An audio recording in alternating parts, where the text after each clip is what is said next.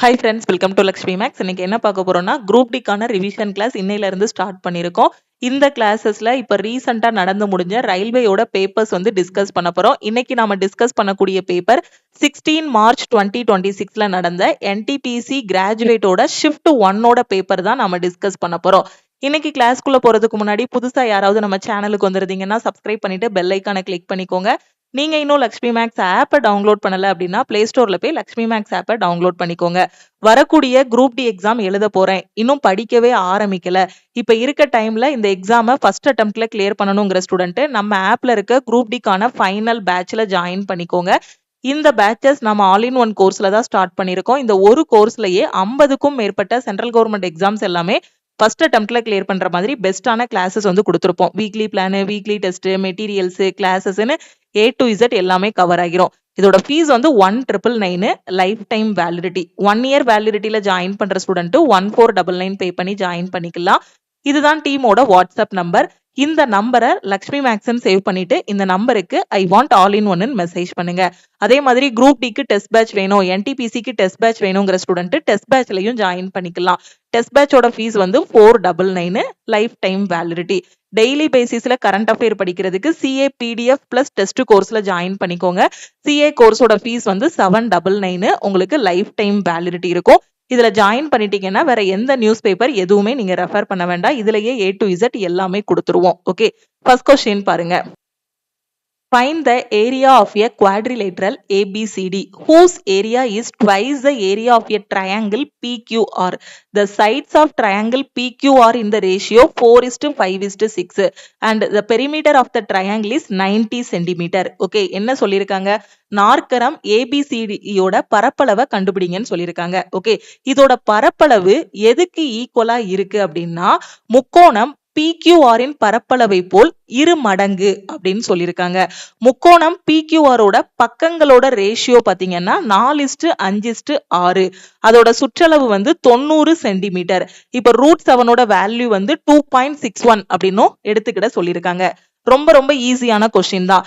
எக்ஸாம்ல நீங்க கான்செப்டை தெளிவா புரிஞ்சுக்கிட்டீங்க அப்படின்னா அந்த கொஸ்டினை கரெக்டான மெத்தட்ல நாம ஆன்சர் பண்ணிடலாம். ஓகே, நாற்கரம் ஏபிசிடியோட பரப்பளவு சொல்லியிருக்காங்க. இதான் நாற்கரம்னு வச்சுக்கோங்க.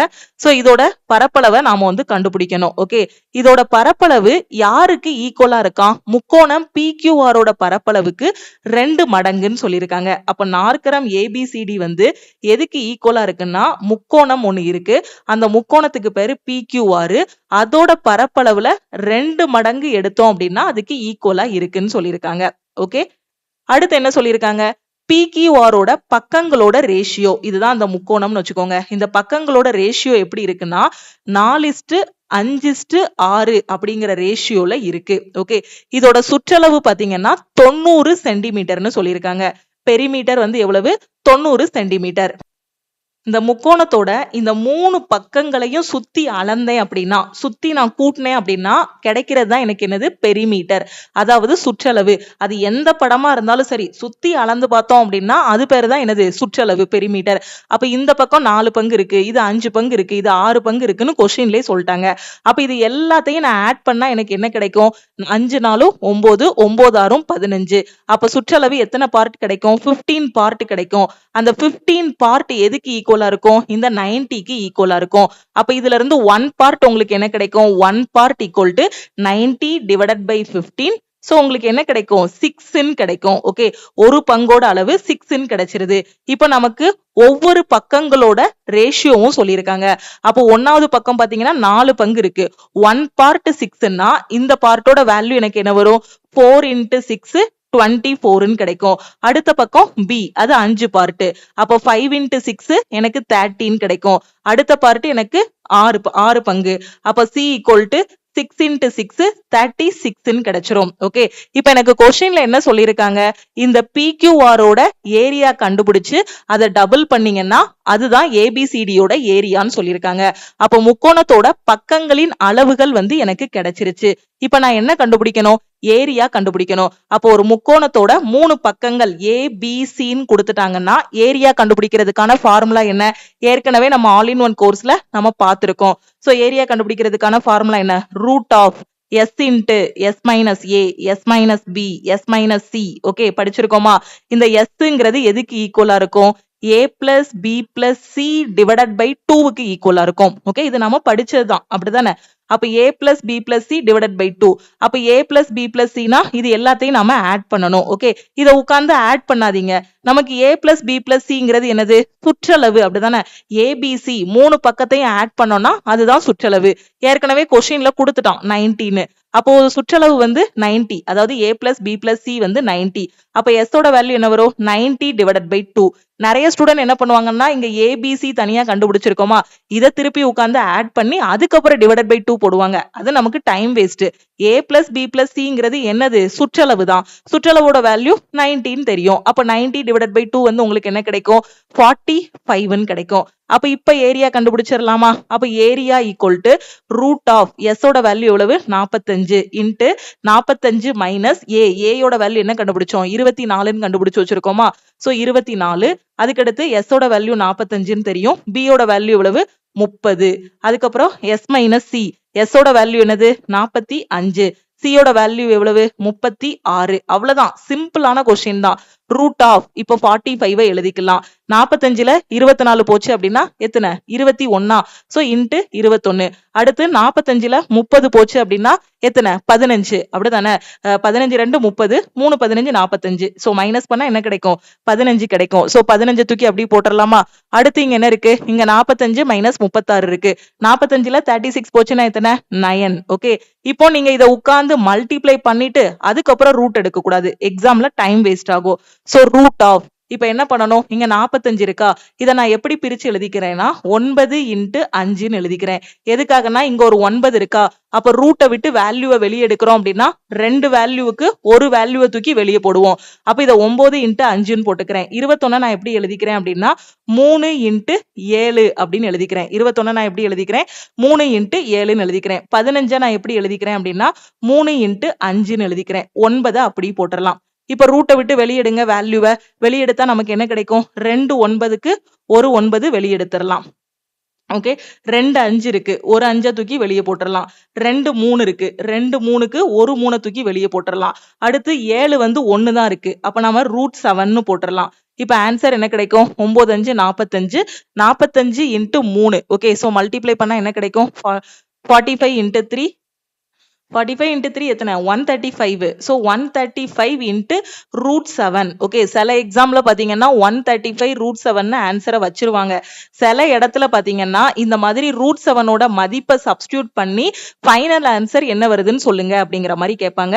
இங்கேயும் அதே கதை தான். root 7ஓட வேல்யூ அவங்களே கொடுத்துட்டாங்க 2.61. ஓகே அப்ப இந்த ரூட் 7 இருக்க இடத்துல நீங்க 2.61 மல்டிப்ளை பண்ணணும். ஓகே அப்ப இன்னும் சம் வந்து உங்களுக்கு எப்படி போகுது? லென்த்தா போற மாதிரி இருக்க மேம், நான் என்ன பண்ணணும் அப்படின்னு கேட்டீங்கன்னா ரொம்ப சிம்பிளா இதை எப்படி மல்டிப்ளை பண்ணலாம்னு சொல்லி கொடுக்குறேன். 135 அப்படி வச்சுக்கோங்க. 2.61 இருக்கா, இதை எப்படி எழுதலாம்? 2 பிளஸ் 0.61 எழுதலாமா? 2 பிளஸ் 0.61 எழுதலாம். ஓகே அப்ப இந்த 135 வச்சு இந்த 2 மல்டிப்ளை பண்ணுங்க. பண்ணா உங்களுக்கு என்ன கிடைக்கும்? 135 இன்ட்டு 2, 100 டபுள் பண்ணோம்னா 200, 35 டபுள் பண்ணோம்னா 70, அப்ப 270ன்னு கிடைக்குமா? சோ 270 பிளஸ் இந்த 135 இன்ட்டு 0.61. ஓகே 0.61. இப்ப இதுவும் எனக்கு என்னவா இருக்கு? கொஞ்சம் பாயிண்ட்ல போறதுனால இதா இருக்கு. அப்ப இதையும் நான் எப்படி பிரிக்க போறேன் அப்படின்னா இதை 60 பிளஸ் 1ன்னு எழுதிக்கோங்க. இதை 60 பிளஸ் 1ன்னு எழுதி மல்டிப்ளை பண்ணிட்டு ஃபைனலா என்ன பண்ணிருங்க? 2 டிஜிட் தள்ளி புள்ளி வச்சிருங்க. அப்ப இத 60 பிளஸ் 1ன்னு எழுதுனா எப்படி வரும்? 135 இன்ட்டு 60 பிளஸ் 1ன்னு எழுதலாம். ஓகே அப்ப 135 இன்ட்டு 6 எனக்கு என்ன வரும்? 135 இன்ட்டு 6, 6 5 30, 18 3 21, 810, இங்க ஒரு 0 இருக்கு, 8100 பிளஸ் 135ன்னு வரும். ஓகே 135 இன்ட்டு 60, அதுக்கப்புறம் 135 இன்ட்டு 1 வந்து 135. அப்ப 5 3 சோ 2 8235ன்னு கிடைக்கும். எத்தனை டிஜிட் தள்ளி புள்ளி வைக்கணும்? 2 டிஜிட் தள்ளி புள்ளி வைக்கணும். அப்ப என்ன ஆன்சர் கிடைக்கும்? 82.35. அப்ப ஆன்சர் என்ன வரும்? 270 பிளஸ் 82.35ன்னு கிடைக்கும். இப்ப இது ரெண்டையும் ஆட் பண்ணுங்க. 270 plus 82.35. Okay 270 plus 82.35. Okay 82.35 answer என்ன வருங்க? ஸோ அந்த 3 5 இங்க போட்டுடலாம். இங்க 2 8 7 15. ஸோ திருப்பி என்ன இருக்கும் 352.35 கிடைக்கும். இது யாரோட ஏரியா? முக்கோணம் PQRோட ஏரியா. ட்ரையாங்கிள் PQRோட ஏரியா தான் எது அப்படின்னு பாத்தீங்கன்னா 352.35. நமக்கு என்ன தேவை? நாற்கரம், இந்த குவாட்ரிலேட்டரல் ABCDயோட ஏரியா வந்து தேவை. அப்ப இதோட ஏரியா உங்களுக்கு என்ன வரும்? 2 into PQR. PQRோட ஏரியா 352.35னா இதோட ஏரியா என்ன வரும்? 2 into 352.35. ஓகே, எக்ஸாம்ல எவ்வளவு லென்த்தியா கொஸ்டின் கேட்டிருக்காங்கங்கிறத பாருங்க. அப்ப இந்த கொஸ்டினை எப்ப எடுக்கணும் அப்படின்னா லாஸ்டா எடுத்திருக்கணும். ஈஸியான கொஸ்டின்ஸ் எல்லாம் அட்டன் பண்ணிட்டு அதுக்கப்புறம் இந்த கொஸ்டினை எடுத்திருக்கணும். இது டஃப்பான கொஸ்டின் கிடையாது, கொஞ்சம் கால்குலேட்டிவான கொஸ்டின். ஓகேவா? அப்போ 2 into 352.35 ஆன்சர் என்ன வரும் உங்களுக்கு? 352 இருக்கு. அப்ப ஆன்சர் வந்து 700 கிட்ட வரும். அப்ப ஆன்சர் என்ன வரும் அப்படின்னா 702 சென்டிமீட்டர் ஸ்கொயர்னு வரும். இதை மல்டிப்ளை பண்ணா அதான வரப்போகுது. 352 இன்ட்டு 2 4 5 2 10. ஸோ திருப்பி 3 2 6 6 1 7 704ன்னு வருது. அப்ப அப்ராக்சிமேட்டா தோராயமா பார்த்தோம் அப்படின்னா 702 சென்டிமீட்டர் ஸ்கொயர். ஓகே, தெளிவா புரியுதா? ரொம்ப ஈஸியான கொஸ்டின் தான். நான் இப்போ உங்களுக்கு புரியணுங்கிறதுக்காக தான் நிறுத்தி நிதானமா ரூட்டை விட்டு இந்த மாதிரி வெளியெடுக்கணும். இதை மல்டிப்ளை பண்ணும்போது இந்த மாதிரி பிரிச்சு பண்ணுங்க அப்படின்னு சொல்லியிருக்கேன். ஓகே, எக்ஸாம்ல இந்த மாதிரி பிரிச்சு மல்டிப்ளை பண்ணும்போது உங்களுக்கு என்ன இருக்காதுன்னா மல்டிப்ளை பண்றதுக்கான கஷ்டம் இருக்காது. இல்லைன்னா இதை வந்து எப்படி மல்டிப்ளை பண்ணணும்னா 3x3 மல்டிப்ளிகேஷன்ல அதுக்கான ஷார்ட்கட்டும் நான் சொல்லி கொடுத்துருக்கேன். அந்த மாதிரி மல்டிப்ளை பண்ணியும் நீங்க 2 டிஜிட் தள்ளி புள்ளி வைக்கலாம். இல்லைன்னா மல்டிப்ளை பண்றதுக்கு இந்த சிம்பிள் டெக்னிக் இந்த மாதிரி விரிச்சு எழுதியும் நீங்க என்ன பண்ணலாம்? மல்டிப்ளை பண்ணிக்கலாம். ஓகே, சோ இதுல டவுட் இருக்காதுன்னு நினைக்கிறேன். அடுத்த கொஸ்டின் போலாமா? ஓகே, ஏன்னா இப்ப வந்து காம்படிஷன் ஹெவியா இருக்கு. கொஸ்டின்ஸ் வந்து எப்படி கேட்கறாங்கன்னா ஈஸியான கொஸ்டினும் கேட்கறாங்க, மாடரேட்டான கொஸ்டினும் கேட்கறாங்க, டைம் கன்சூமிங்கா இருக்கக்கூடிய கொஸ்டினும் கேட்கறாங்க. நீங்க ரிப்பீட்டடா எவ்வளவுக்கு எவ்வளவு பிராக்டிஸ் பண்றீங்களோ அந்த அளவுக்கு தான் நம்ம என்ன பண்ண முடியும்? மேக்ஸிமம் நம்பர் ஆஃப் கொஸ்டின் எக்ஸாம்ல அட்டன் பண்ண முடியும். இந்த கொஸ்டின் பாருங்க, அப்படியே ரொம்ப ஈஸியான கொஸ்டின். மேல பார்த்த கொஸ்டினுக்கு அப்படி opposite. Find the third proportional to the number 16 and 24. 16 மற்றும் 24ஓட மூன்றாவது விகிதாச்சாரத்தை கண்டுபிடிக்கவும் சொல்லியிருக்காங்க. தேர்ட் ப்ரொபோஷன், ஒரு நம்பர் வந்து ஏபின்னு இருக்குன்னு வச்சுக்கோங்களேன். ஏபின்னு 2 நம்பர் இருக்குன்னா அதோட தேர்ட் ப்ரொபோஷன் எப்படி கண்டுபிடிப்போம்? பி ஸ்கொயர் பை ஏ. இதுதான் தேர்ட் ப்ரொபோஷன் கண்டுபிடிக்கிறதுக்கான ஷார்ட்கட் ஃபார்முலா. அப்ப ஏயோட வேல்யூ எத்தனை? 16. பியோட வேல்யூ எத்தனை? 24. அப்ப பி ஸ்கொயர் பை ஏனா என்ன வரும்? 24 into 24 divided by 16. Okay, cut பண்ணலாமா? 4 4 16, 6 4 24, ஒரு நாள் 4 என்ன வரும்? 6 4 24. அப்ப ஆன்சர் என்ன வரும்? 6 into 6 36. ஓகே, 36ங்கிறது ஆப்ஷன் பி. கிளியரா புரிஞ்சிருச்சா? ரொம்ப ஈஸியான கொஸ்டின், நல்லா கவனிங்க. சேம் எக்ஸாம் தான். என்ன மாதிரி கொஸ்டின்ஸ் எல்லாம் இருக்குன்னு பாருங்க. இந்த செகண்ட் கொஸ்டின் சால்வ் பண்றதுக்கு ஒரு 5 செகண்ட் போதும். அதே ஃபர்ஸ்ட் கொஸ்டின் சால்வ் பண்றதுக்கு மினிமம் 2 நிமிஷமாவது டைம் எடுக்கும்.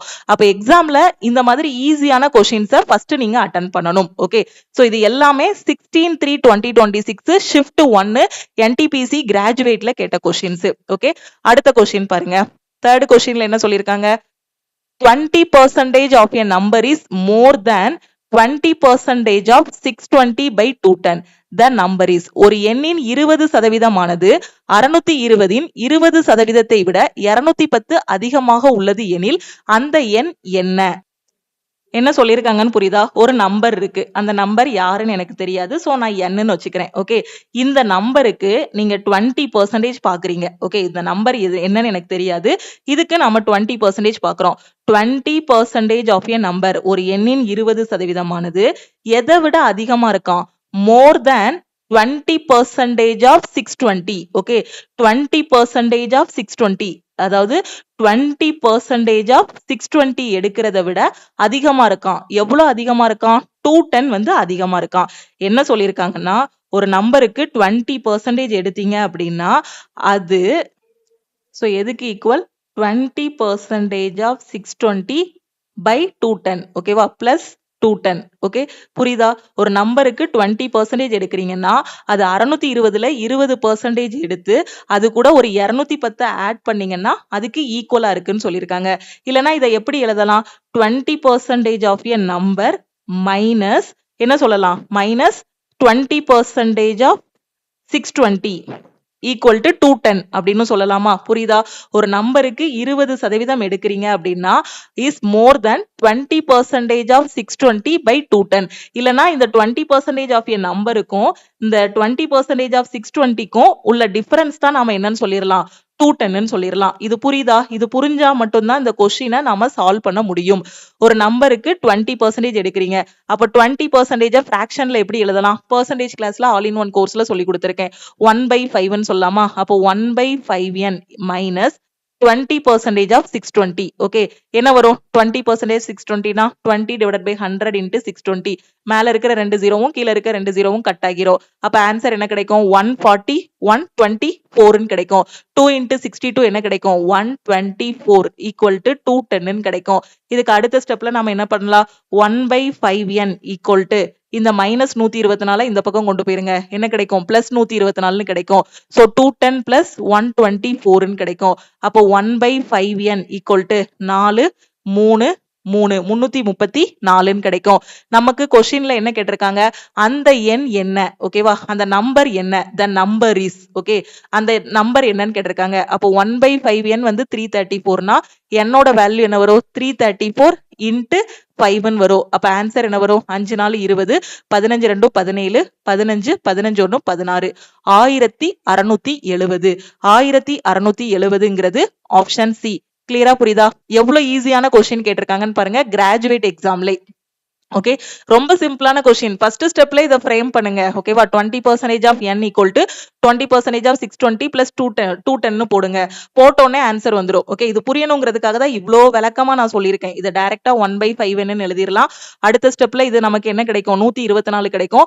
124 plus 210 334. ஃபைனல் ஆன்சர் என்ன வரும்? 334 into 5. அதுதான் ஃபைனல் ஆன்சர். ஓகே, ஆன்சர் வந்து 1670. அடுத்த கொஸ்டின். இந்த கொஸ்டின்ல பாருங்க, சிம்பிளான கொஸ்டின் தான், பாக்குறதுக்கு தான் பெருசா இருக்கு. Anand has 1407 with him. ஆனந்த்னு ஒருத்தர் இருக்காரு, அவர்கிட்ட 1407 ரூபாய் இருக்கு. He divides this amount between his two sons. அந்த காசை ரெண்டு பேருக்கு பிரிச்சு கொடுக்கறாங்க. அவருக்கு ரெண்டு பையன் இருக்காங்க, அந்த ரெண்டு பையனுக்கும் இந்த 1407 ரூபாயை பிரிச்சு கொடுக்காரு. ஒருத்தன் பேரு அசோக், அனில், இன்னொருத்தன் பேரு Ashok. And asks them to invest their respective shares at a compound interest. இந்த 1407 ரூபாயை பிரிச்சு கொடுத்துட்டு என்ன சொல்றாருன்னா, ரெண்டு பேரும் நான் கொடுக்கிற ஷேரை வந்து காம்பவுண்ட் இன்ட்ரெஸ்ட், கூட்டு வட்டியில வந்து இன்வெஸ்ட் பண்ணுங்கன்னு சொல்றாங்க. அந்த கூட்டு வட்டியில எவ்வளவு வட்டி விகிதம், எவ்வளவு ரேட் ஆஃப் இன்ட்ரெஸ்ட் போடுறாங்க அப்படின்னா 10% வந்து rate of interest, compounded annually தான். ஓகே, வருஷத்துக்கு 10% சிஐ போடுறாங்க. It is observed that Anil's investment amount to the same value after 15 years as Ashok's investment does after 16 years. How much did Anand give to Ashok? என்ன சொல்லியிருக்காங்கன்னு புரியுதா? இந்த மாதிரி ஏல பெயர் கொடுத்தாதான் ஸ்டூடெண்ட்ஸ் கன்ஃபியூஸ் ஆவாங்க அப்படிங்கிற மாதிரிதான் ஆனந்த், அசோக், அனில்னு கொடுத்திருக்காங்க. நீங்க கன்ஃபியூஸே ஆகாதீங்க. என்ன சொல்லியிருக்காங்க அப்படின்னா, அனில் வந்து இப்போ என்ன கதை அப்படின்னு பாத்தீங்கன்னா, ஆனந்த்னு ஒருத்தர் இருக்காரு. அவர் என்ன பண்றாருன்னா, அவரோட பையன் பேரு, ஒருத்தன் பேரு அனில், இன்னொருத்தன் பேரு அசோக். ஓகே, 1407 ரூபாய பிரிக்கிறாரு. பிரிச்சு இவனுக்கு ஒரு அமௌண்ட் கொடுக்கறாரு, இவனுக்கு ஒரு அமௌண்ட் கொடுக்கறாரு. ஈக்குவலா பிரிக்கல. ஓகே, பிரிச்சு ரெண்டு பேர்ட்ட என்ன சொல்றாருன்னா, நீ காம்பவுண்ட் இன்ட்ரெஸ்ட் கூட்டு வட்டியில போடு அப்படின்னு சொல்றாங்க. ஓகே, அதுக்கு வட்டி விகிதம் எவ்வளவு அப்படின்னு பாத்தீங்கன்னா 10%. ஓகே, இப்போ என்ன ஆகுது அப்படின்னா, அனில் வந்து ஒரு இதுல போடுறான் பாத்தீங்களா 10% வட்டியில. ஓகே, அப்போ 15 வருஷம் கழிச்சு அவன் எடுக்கக்கூடிய அந்த தொகை, ஓகே, அனில் ஒரு அமௌண்ட் போடுவான் பேங்க்ல. பேங்க் அவனுக்கு 10% காம்பவுண்ட் இன்ட்ரெஸ்ட் போட்டு 15 வருஷம் கழிச்சு ஒரு தொகை கொடுக்கும் இல்லையா, அந்த தொகையும் அசோக்ஸ் இன்வெஸ்ட்மெண்ட் டஸ் ஆஃப்டர் 16 years. அசோக் கையில ஒரு பணம் இருக்கா, அவங்க அப்பா கொடுத்தது, அது அவன் பேங்க்ல போட்டானா, அவன் 16 வருஷம் கழிச்சு எடுக்கக்கூடிய தொகையும், எப்படி அனில் வந்து 15 வருஷம் கழிச்சு எடுக்கக்கூடிய தொகையும், அசோக் வந்து 16 வருஷம் கழிச்சு எடுக்கக்கூடிய தொகையும் ஈக்குவல் அப்படின்னு சொல்லியிருக்காங்க. ஓகேவா? அப்போ எவ்வளவு ரூபாய் வந்து அசோக்குக்கு அவங்க அப்பா கொடுத்தாரு, ஆனந்த் அசோக்குக்கு எவ்வளவு கொடுத்தாரு, இதுதான் கொஸ்டின். கொஸ்டின் தெளிவா விளங்கிருச்சா, புரிஞ்சிருச்சா? தமிழ் மீடியம் பாருங்க. ஆனந்த் கிட்ட வந்து 1407 ரூபாய் இருக்கு. சோ ஆனந்த் கிட்ட இருக்கிறது வந்து 1407. இந்த தொகையை தனது இரு மகன்களான அனில் மற்றும் அசோக் ஆகியோருக்கு பிரித்து கொடுக்கிறார். ஓகே, நான் அனில வந்து ஏன்னு வச்சுக்கிறேன், அசோக்க வந்து பின்னு வச்சுக்கிறேன். ஏன்னா ரெண்டு பேரும் நேமுமே ஏல ஸ்டார்ட் ஆகுது. அதனால நான் ஃபர்ஸ்ட் இருக்கவன அனில் வந்து இல்ல அனில் அசோக்குன்னாலும் எழுதிக்கோங்க. இது அனில்னு எழுதிக்கோங்க, இங்க வந்து அசோக்குன்னாலும் எழுதிக்கோங்க. ஓகே, ரெண்டுமே ஏல இருக்கிறதுனால பாக்குறது கொஞ்சம் கன்ஃபியூஸா இருக்கும். அதனால ஏ பின்னு வேணா போட்டுக்கோங்க. ஓகே, சோ என்ன பண்றாங்கன்னா ரெண்டு பேருக்கும் பிரிச்சு கொடுக்கறாரு. ஈக்குவலா கிடையாது, ஏதோ ஒரு வழியில பிரிச்சு கொடுக்காரு. அவர்களின் பங்குகளை ஆண்டுக்கு 10% கூட்டு வட்டி விகிதத்தில் முதலீடு செய்ய சொல்கிறார். ஓகே, 10% எங்க சிஐ கொடுக்கறாங்களோ அங்க போய் இன்வெஸ்ட் பண்ணுங்கன்னு சொல்லிடுறாரு. அனிலின் முதலீடு 15 ஆண்டுகளுக்கு பிறகு பெறும் மொத்த தொகையும். அனில் வந்து எத்தனை வருஷம் இன்வெஸ்ட் பண்ணிருக்கான்?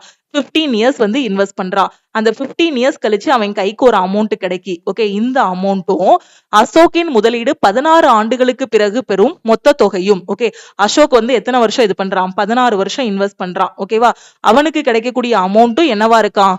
ஈக்குவலா இருக்கு. ஓகேவா, ஆனந்த் அசோக் இருக்கு எவ்வளவு தொகை கொடுத்தார்? இதுதான் கொஸ்டின். ஓகேவா, இப்ப இதை எப்படி சால்வ் பண்ணலாம்?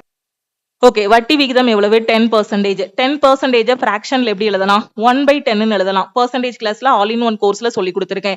இப்போ நம்ம கொண்டு போறது ரிவிஷன் கிளாஸ். ஓகேவா, நான் வந்து பேசிக்ல இருந்து படிக்கணும்னு நினைச்சீங்கன்னா ஆல் இன் ஒன் கோர்ஸ்ல உங்களுக்கு எல்லாமே டாபிக் வைஸா நீட்டா டீச் பண்ணிருப்போம். அதுல நீங்க ஜாயின் பண்ணிக்கலாம். ஓகேவா, சோ 1/10 இப்போ அதாவது 10/100 போடுவீங்க, 0 கட் ஆகிரும், 1/10 கிடைக்கும்.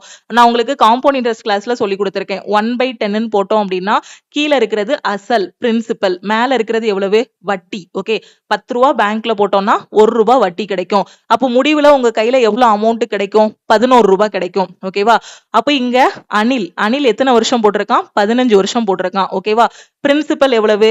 10 ரூபாய். ஓகேவா, 10 ரூபாய் பேங்க்ல போட்டிருக்கான், வட்டி வந்து 1 ரூபாய் கொடுக்காங்க. அப்போ அவன் கையில கிடைக்கக்கூடிய அமௌண்ட் எவ்வளவு? 11 ரூபாய். அப்ப 11 டிவைடட் பை 10. ஓகே, இது பிரின்சிபல், இது அவன் கைக்கு வரக்கூடிய அமௌண்ட். எத்தனை வருஷம் கழிச்சு? 15 வருஷம் கழிச்சு. இது அனிலோடது. ஓகே, அடுத்து பாருங்க, அடுத்து யார் இருக்கா? அசோக் இருக்கான். அசோக் வந்து எத்தனை வருஷம் கழிச்சு? 16 வருஷம் கழிச்சு. ரெண்டு பேருக்குமே சேம் இன்ட்ரெஸ்ட் தான் போடுறாங்க. அதான கொஸ்டின்ல சொல்லியிருந்தாங்க. ரெண்டு பேருக்குமே 10% வட்டி தான். ரெண்டு பேருமே சேம் இன்ட்ரெஸ்ட் தான் இன்வெஸ்ட் பண்றாங்க. அப்ப இவனும் எவ்வளவு? 10%னா இவனும் 10 ரூபா தான் பேங்க்ல போடுறான். 1 ரூபாய் வட்டி கிடைக்குன்னா எவ்வளவு? 11. அப்போ 11 டிவைடட் பை 10. ஆனா இயர் வந்து மாறுது. எத்தனை வருஷம்? 16 வருஷம். ஓகே, 16. ஓகே, அப்போ 15 வருஷம் முடிவுல இந்த பையன் இவன் அனில் இருக்கான் இல்லையா, இவனுக்கு கிடைக்கக்கூடிய இந்த தொகையும் 16 வருஷம் முடிவுல இந்த இந்த அசோக்கு கிடைக்கக்கூடிய தொகையும் என்னது? நமக்கு ஈக்குவல். புரிஞ்சிருச்சா? இத ஃப்ரேம் பண்ணிட்டீங்களா? இத ஃப்ரேம் பண்ணிட்டீங்க அப்படின்னா இந்த கொஸ்டின் ஈஸி. இது யாரு? இது யாரு? இது வந்து யாரு? அனில். ஓகே, சோ அப்ப அனிலோட தொகை எவ்வளவு? a into 11/10 the whole power 15 equal to b. இது அசோக்கோடது தானே. ஓகே, ரேஷியோவா கன்வெர்ட் பண்ண போறோம். 11/10 the whole power 16 இருக்கும். ஓகே, இப்போ இந்த b அந்த பக்கம் கொண்டு வந்துருங்க. a/b, அதாவது அனில் அசோக்கு ரெண்டு பேருக்கு கிடைக்கக்கூடிய அந்த தொகையோட ரேஷியோ கொண்டு வர போறோம். ஓகே, இது புரியணுங்கிறதுக்காக தான் இங்க ஏபின்னு போட்டிருக்கேன். இதை டைரக்டா கீழே கொண்டு வந்தனால நீங்க என்ன பண்ணிக்கலாம்? ஃபர்ஸ்ட் பார்ட்லயே மாத்திக்கலாம். ஓகேவா, சோ உங்களுக்கு புரியணுங்கிறதுக்காக தான் ஸ்டெப் பை ஸ்டெப்பா சொல்லி கொடுத்துட்டு இருக்கேன். அப்ப பி அந்த பக்கம் கொண்டு வந்துருங்க. இங்க இருக்க 11/10 the whole power 16 இது கீழே போச்சுன்னா எப்படி கிடைக்கும்? Divided by 11/10 the whole power 15 கிடைக்கும். உங்களுக்கு நம்ம ஆல் இன் ஒன் கோர்ஸ்ல சொல்லி கொடுத்திருக்கேன். a power m divided by a power n இருந்தா அதை எப்படி எழுதலாம்? a power m minus n எழுதலாம். ஓகே, அப்ப இது எப்படி இருக்கு? aங்கிறது 11/10. ஓகே, aங்கிறது 11/10. அப்ப a power m minus a power n. அப்ப உங்களுக்கு a பை b இங்க என்ன கிடைக்கும்? 11/10 the whole power m minus என்னன்னா 16 மைனஸ் 15. சோ 16 மைனஸ் 15 உங்களுக்கு என்ன கிடைக்கும்? 1 கிடைக்கும். அப்ப a பை b equal to 11/10 the whole power 1. Okay, புரிஞ்சிருச்சா? இது புரியணுங்கிறதுக்காக தான் இந்த ஸ்டெப் எல்லாம் நான் எழுதியிருக்கேன். நீங்க எக்ஸாம்ல இந்த 3 ஸ்டெப்புமே எழுத வேண்டாம்.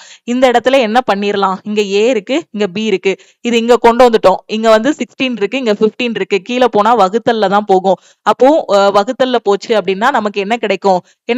16 மைனஸ் 15 1ன்னு கிடைக்கும். அப்ப டைரக்டாவே நீங்க எப்படி எழுதிரலாம்னா a பை b இந்த இடத்துலயே நீங்க எப்படி எழுதிரலாம்னா a பை b equal to 11/10 எழுதிரலாம். ஓகே, கிளியரா? ஓகே. அப்ப ஏ அனில் இருக்கான் இல்லையா? அனில தானே ஏன்னு எடுத்தோம். அவன் இன்வெஸ்ட் பண்ண தொகை எவ்வளவு? 11 பார்ட்டு. பிங்கிறது யாரு? அசோக். அசோக் இன்வெஸ்ட் பண்ண தொகை எவ்வளவு? 10 பார்ட்டு. அப்ப அனில், அசோக். நீங்க புரியணும்னா அனில் அசோக்னாலும் எழுதிக்கோங்க. ஓகே. சோ அனிலோடது பாத்தீங்க அப்படின்னா 11 பார்ட்டு. அசோக்கோடது பாத்தீங்கன்னா 10 பார்ட்டுன்னு உங்களுக்கு கிடைக்கும். ஓகே. அனில் வந்து இன்வெஸ்ட் பண்ண தொகை 11 பங்கு. அசோக் இன்வெஸ்ட் பண்ண தொகை பாத்தீங்க அப்படின்னா 10 பங்கு. ஓகே. இப்போ நமக்கு இங்க நல்ல கொஸ்டினை பாருங்க. அவங்க அப்பா மொத்தமா எவ்வளவு கொடுத்தாரு? 1407 ரூபாய் கொடுத்தாரு. ஓகேவா? அவங்க அப்பா கொடுத்தது எவ்வளவு? 2 பேருக்கும் சேர்த்து 1407. இப்ப அனில் பேங்க்ல இன்வெஸ்ட் பண்ணது எவ்வளவு? 11 பங்கு. அசோக் இன்வெஸ்ட் பண்ணது எவ்வளவு? 10 பங்கு. ரெண்டையும் கூட்டுனீங்க அப்படின்னா அவங்க அப்பா எவ்வளவு கொடுத்தாருன்னு தெரிஞ்சிருமா? அப்ப ரெண்டையும் கூட்டுனீங்கன்னா 11 பிளஸ் 10 21 பங்கு. அப்ப அப்பா கொடுத்த தொகை எவ்வளவு? 21 பார்ட். அப்பா கொடுத்தது பங்குல 21 பங்கு. அமௌண்ட்ல 1407. அப்ப 21 பார்ட் 1407 இருந்துச்சுன்னா 1 பார்ட்டுக்கு என்னன்னு கண்டுபிடிங்க. ஓகே. 1 பார்ட் என்ன கிடைக்கும்? 6 டைம்ஸ் போகுமா? So 6 times 6 6 2 12. சோ 126 இருக்கும். சோ 126. சோ ரிமைனிங் என்ன வரும்? 140 மைனஸ் 126. 10ல 6 போனா 4. சோ திருப்பி இங்க என்ன இருக்கும்? 3ல 2 போனா 1. சோ 147. திருப்பி 7 டைம்ஸ் போகும். உங்களுக்கு இப்படி கட் பண்ண தெரியலனா இந்த மாதிரி வகுத்தல் போடுங்க. 1407 into 21. இது வந்து சின்ன வயசுல நாம உட்கார்ந்து வகுத்தது. இப்போ காம்படிட்டிவ் எக்ஸாம் வந்துட்டோம். டக்குன்னு பார்த்ததுமே நாம என்ன பண்ணணும்? கண்டுபிடிக்கணும். ஓகே. 21 6 டைம்ஸ் போகும்.